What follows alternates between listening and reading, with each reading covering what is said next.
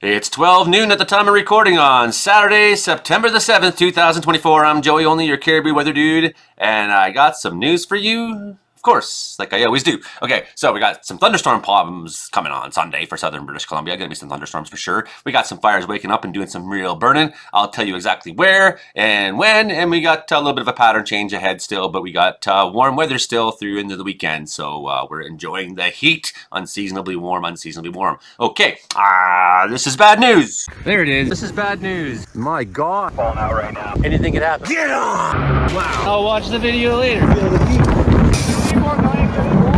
They dry mopping this. This podcast is sponsored by CanadianTraining.ca, launching October 1st. You can go to butterflyeffectcommunications.ca to find out more about this. It's training for you, your business, your team, including mental well-being in public-facing roles, PR superpowers, working with neurodiversity, and those who are becoming the broadcaster, using video and audio to reach your audience, messaging, speaking, and media, and more. Join their newsletter list now for exclusive insider previews and extra early bird pricing. You can find that at butterflyeffectcommunications.ca. Unseasonably warm as we're coming into the noon hour now. It's 25.6 degrees, almost 26 degrees here in Wells right now, 31% humidity. So we're even up here in the mountains. We have the conditions for fire weather. We're almost near crossover here in Wells of all places. So if we are here, I know they are other places right now as well. Current pressure in Wells right now at 1010 hectopascals. It's been dropping steadily for a number of days now. As you can see, we've been unseasonably warm all week in Wells, where we even reached a high here of 28.9 yesterday, 29 degrees. And here's what I'm talking about, where that pressure has been dropping now since about Wednesday, Thursday, steadily dropping as we come into lower and lower pressure in ahead of Sunday's thunderstorm pattern, which will probably not affect me here in Wells. Environment Canada already has Sunday's thunderstorm forecast out for British Columbia because there is chance of some significant thunderstorm activity, including this area from Kamloops, Kelowna on down to Osoyoos and the border and whatnot, maybe even as far over as Grand Forks, where you're looking at maybe 70 kilometer an hour gusts of wind, hail 10 to 20. That is possible, those same conditions in the A region and the C region as well, right? So the same thunderstorm potential for strength is there, but the reason why B is yellow is it's more likely to happen there, okay? So we could have equally strong thunderstorms through everywhere except for maybe here in Wells. I'm on the verge, but I have a feeling I'm probably not going to see anything.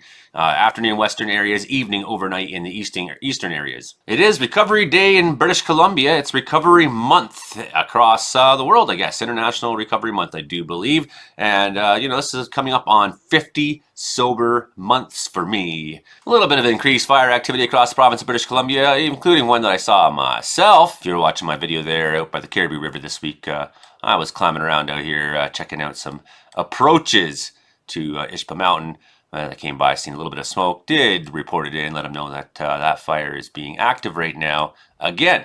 As there are a few puffs this week in southeastern British Columbia, that's been going on everywhere where there has been fires, I should say.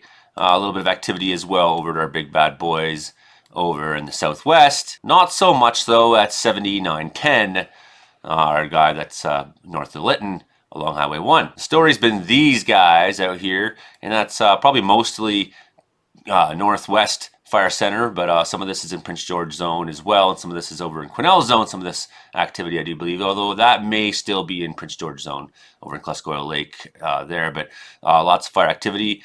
Seems to have jumped over one of the lakes now, so that's interesting. These lakes have been trapping them for a long time. Major fire activity, really big fire. Seen some really impressive pictures from these guys. So out in Tweedsmuir Park, structure protection units have been sort of sent out this way, I do believe. I have heard. So, well, I know for a fact my one friend is going out there in case the fire does jump the lake. That is possible that burning embers will come across the lake there. So for our friends who live in that area, I know my friend Hilding, who's on the meteorological report with us every week, and a longtime friend of mine, he's over there too. So we are watching these guys very closely because chances for fire to move, right? The conditions are there. They're here in Wells. They're most obviously other places as well.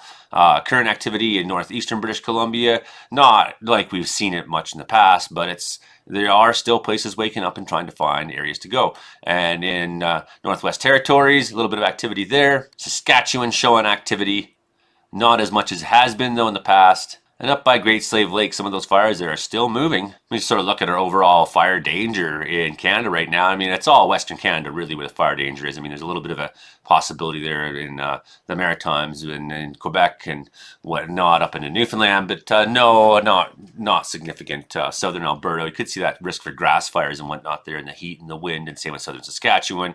Manitoba mostly looking drenched now.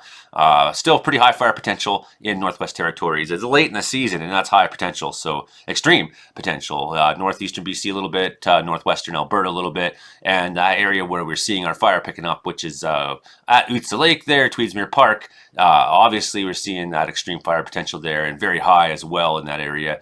Mostly high or very high right now in the province, and we're really looking at when is that heat going to move along. That's a good question. It's still here for a couple more days, though. It looks like Monday, Tuesday, we get a bit of a change. And our low that we keep expecting to develop doesn't seem to be coming right away, but quite as much as we expected. But still, we see that jet stream is jutting down south of BC. We're going to have a little bit of a cool down effect no matter what next week. Whether it comes with a lot of rain or not, the modeling has been really all over the place for what next week's going to look like. And it's still far enough out. Solutions are coming and going in the modeling. Sometimes models are very sure on things far out, and you look and it's like, well, every model's got the same thing. Or when you look day after day after day, it continues to look almost exactly the same. And you're like, okay, well, there's some real certainty there. Well, we haven't quite seen that certainty, but we know that more or less our heat wave is going to be ending in BC. So let's have a look at some of these heat projections. Still very, very warm Saturday, Sunday, very warm for BC. Looking pretty much from Ontario to British Columbia, pretty warm. But by Monday, you're already seeing a little bit of a change there. Not quite as hot in the BC interior.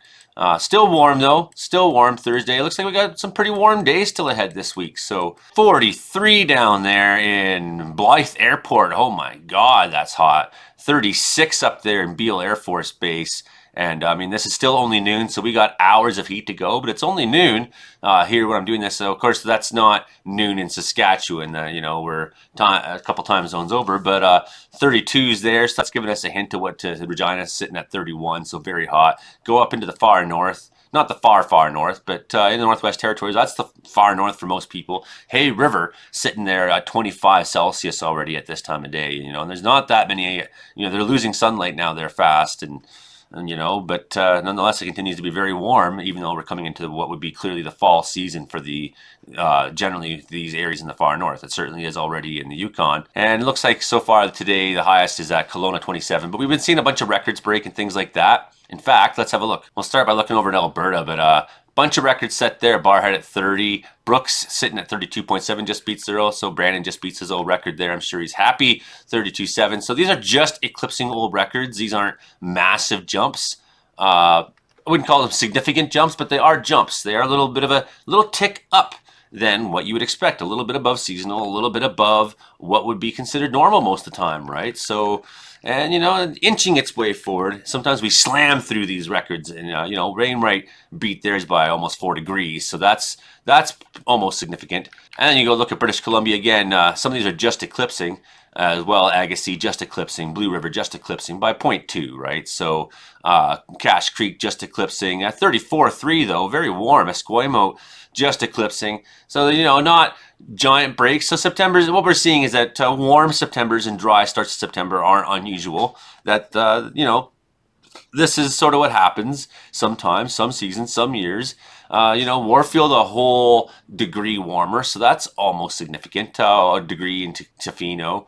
When we start getting to the 1, 2, 3 degrees, I start saying, well, look at that. That's a bit of a jump. But, most of these are within the half-degree threshold. So, although 30 Williams Lake kind of beat its record significantly, and so did Whistler by 2.7 degrees. So accompanying some of these temperatures, we have humidity in the below 30 percentile, and we have temperatures that are going to be above the 30 percentile. So you're going to see crossover weather. You're going to see some fires do things a little bit. You're going to stand up a little bit and wake up. They're going to, show some signs, even in the center of Vancouver Island, we have low humidity in September. So that's like a little bit wow to me. But again, these aren't crazy smashing throughs. Unlike you would see in some of these places down in the United States, like where it was 36.8 or something like that in Portland a couple days ago. That's smashing through, right? When we look at those temperatures this week, after those thunderstorms come through, things are going to cool down a little bit in BC, right? We're still going to be hitting 20s, 23s through the week. It's not cooling down like remarkably yet. We're really seeming to get a bit of a skip of how this low wants to develop and where and when. So we're expecting to see more of a coastal show kind of do what it did before. Now we're getting kind of like just one thunderstorm day on Sunday that more or less becomes what we expect to see. You expect to see this start early down to that Hope Manning area where we've had more or less a pattern like that for a while, kind of come and go. We may have through the week a little bit of a risk of these popcorns down southeastern BC and whatnot, and the mountaintops and things like that. But really, our only significant thunderstorm risk appears to be for the immediate future Sunday. And we could see a little bit of severe there, but and I'm not anticipating anything crazy. I'm not anticipating anything that's been any worse than anything we've seen so far this year, right? So the big story is going to be later on this week when storms develop in the prairies. So we're going to be watching this low, how this low develops, when it moves in. I think forecast is still kind of up in the air for next week is kind of what I've been the gist of this forecast so far, but expect to see a little bit of burning going on in places like Utsa Lake. Just anticipate that. That's what's going on right now. We don't have a great deal of rain still in the forecast for southern British Columbia yet. We don't have, a real clear picture if we're going to have sort of a repeat of the last time the low came through or not. It doesn't sort of seem like it, right? So, we're kind of watching. We know things are going to cool down this week a little bit. It's like this heat wave that we're in is going to may basically be over, but it's not going to, we're not seeing a significant change, it doesn't seem like to me yet. We are seeing things back off a little bit in the northeast through the week for fire spread, and Caribou still looking, and that Utsa Lake area still looking pretty gnarly, right? So we're not seeing big rain totals coming anywhere in BC forecast, and still that southern Saskatchewan area really could see, grass fires and things like that moving, whereas Ontario's really coming into some fire danger, which is unusual for them. But, we'll see again this week how this manifests, how everything changes. So I'm just not that confident on things after Sunday, Monday. But, it looks like we get a bit of a cool down, and the cool down associates itself with thunderstorms moving through. The low is going to develop either off the coast, or it's going to kind of slide over us and become an Alberta clipper and become some sort of a strong storm later next week in Alberta. So I hope that gives you a little bit of a clue as to what's going on this week, and I didn't talk too long or say too much. Please hit share and like and subscribe. That helps me for absolutely free. Thank you to all my Patreons. You are the thing that keeps me going. It's like your emotional security, your little donations there. Even if it's $1 a month you throw in, or you become a member of the channel, and just that $1 or whatever you give to help me afford to keep doing all the things I want to do to become your Caribou weatherman. It's a big deal. So thank you from the bottom of my heart, and also for Butterfly Effect Communications. Your sponsorship means an awful great deal to me, and we will be looking for new sponsors sometime for the end of October. So, put that in mind if you want some advertising. We're getting more and more views here all the time on Joey on the Caribou Weather Dude YouTube channel. Okay, I think that's all for me today. Bye now.